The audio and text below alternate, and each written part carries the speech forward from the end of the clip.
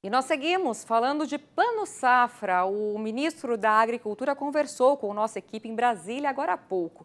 Ele respondeu questionamentos como equalização de juros, armazenagem e também critérios de sustentabilidade adotados para o próximo ciclo. Olha só.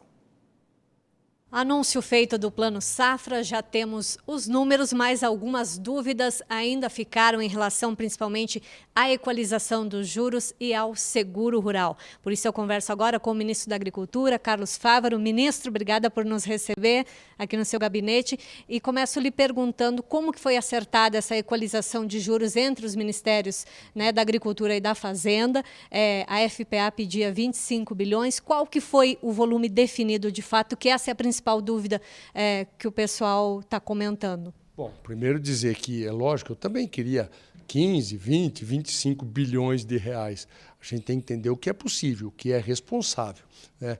Com uma taxa básica de juros de 13,75, onde o presidente do Banco Central, não sei a qual o motivo que o faz insistir em manter as taxas de juros nesses níveis, o que dificulta a equalização para o Tesouro. É muito pesado para o Tesouro. Nós precisamos lembrar, né, inclusive a própria Frente Parlamentar Agropecuária, que o ano passado o Plano Safra teve disponível 340 bilhões de reais ao todo, entre agricultura familiar e agricultura empresarial.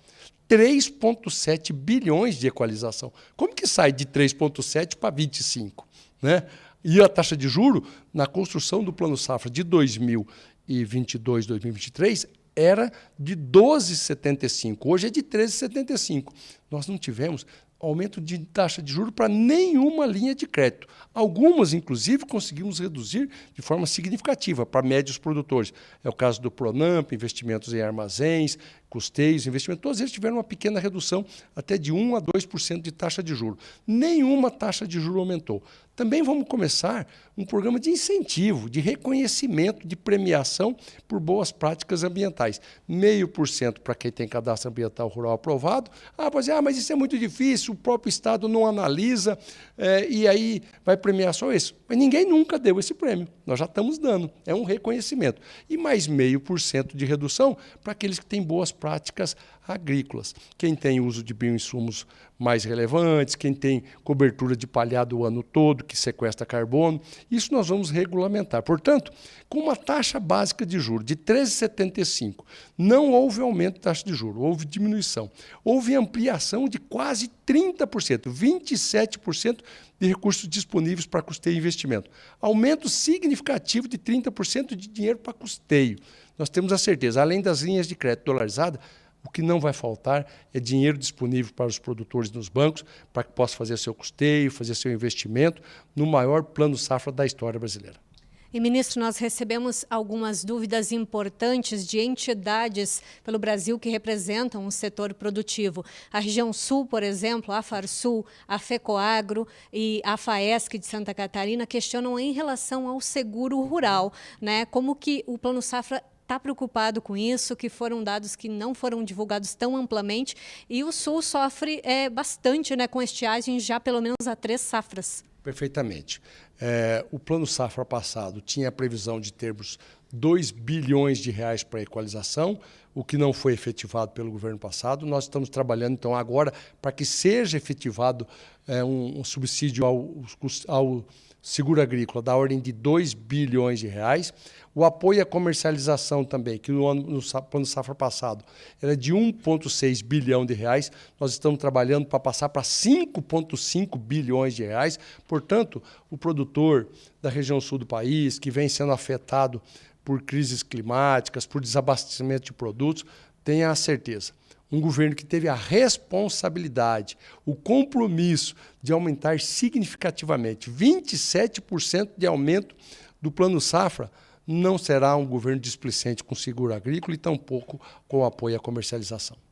Nós recebemos uma dúvida também do diretor executivo da Abramilho, lá de Mato Grosso, Glauber Silveira, em relação à armazenagem, né, que é uma preocupação muito forte lá no Mato Grosso, nosso maior produtor de grãos.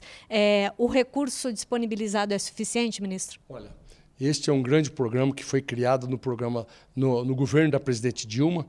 A gente comemora muito os sucessivos recordes da safra brasileira.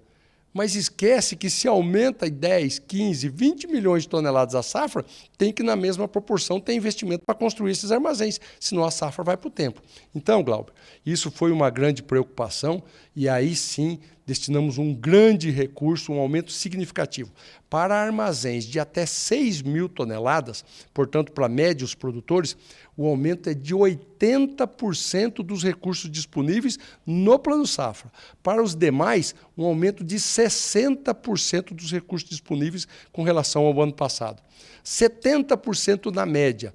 Além disso, o BNDES continua investindo nas linhas dolarizadas sem limite. O quanto for necessário, o BNDES está lá à disposição com taxas de juros de 7,59 para aqueles que têm o hedge natural de exportação, que vendem soja, milho, algodão, tem lá a disponibilidade dessa linha de crédito para ampliar, construir seus armazéns e nós superarmos esse desafio, esse lapso temporal sem grandes investimentos. Isso chegou ao fim no governo do presidente Lula.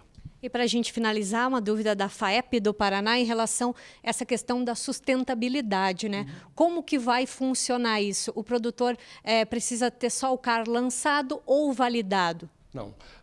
Essa premiação começa agora pelos que já têm CAR validado. Nós compreendemos que ainda tem muitos que não conseguiram validar e muito por conta do Estado que é lento na aprovação. É um estímulo para que o produtor cobre o Estado na agilidade, também cumpram as suas pendências, mas é um reconhecimento. Ninguém nunca deu um reconhecimento para aqueles que cumpriram a lei, foram lá, se dedicaram e aprovaram o seu cadastro ambiental rural. Vai ganhar 0,5% de redução no seu custeio, na taxa de juros do seu custeio. Mas também vamos criar uma outra redução de 0,5% para boas práticas, como já disse. Isso será regulamentado, tem tempo ainda, porque nós temos que alinhar isso com os órgãos de controle, porque afinal de contas é recurso público, tem que ter transparência, efetividade na comprovação, mas é só lá no pagamento do custeio.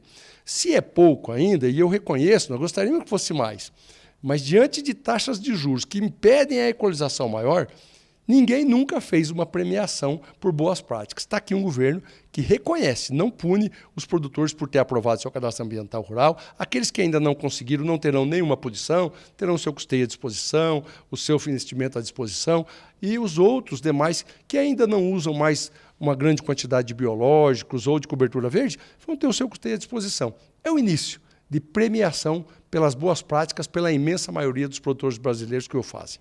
Brevemente, vai dar tempo do Conselho Monetário Nacional aprovar até o dia 1º de julho? Vai aprovar no dia 29, há um fechamento de questão pelo governo. Nós temos o compromisso do presidente Lula e um pedido dele já alinhado com o ministro Haddad e a ministra Simone Tebet para que aprovem no Conselho Monetário da próxima dia 29, depois de amanhã, portanto, para que o Plano Safra entre em vigor imediatamente em julho. Quero crer que o bom senso do presidente do Banco Central, pelo menos nessa medida, vote junto com o governo e nós façamos a unanimidade. Se ele não quiser votar, o governo vai ganhar do mesmo jeito e quem vai ganhar de verdade são os produtores com o maior plano safra da história. Perfeito, ministro. Obrigada por nos atender e um bom ano agrícola para nós. Para todos nós.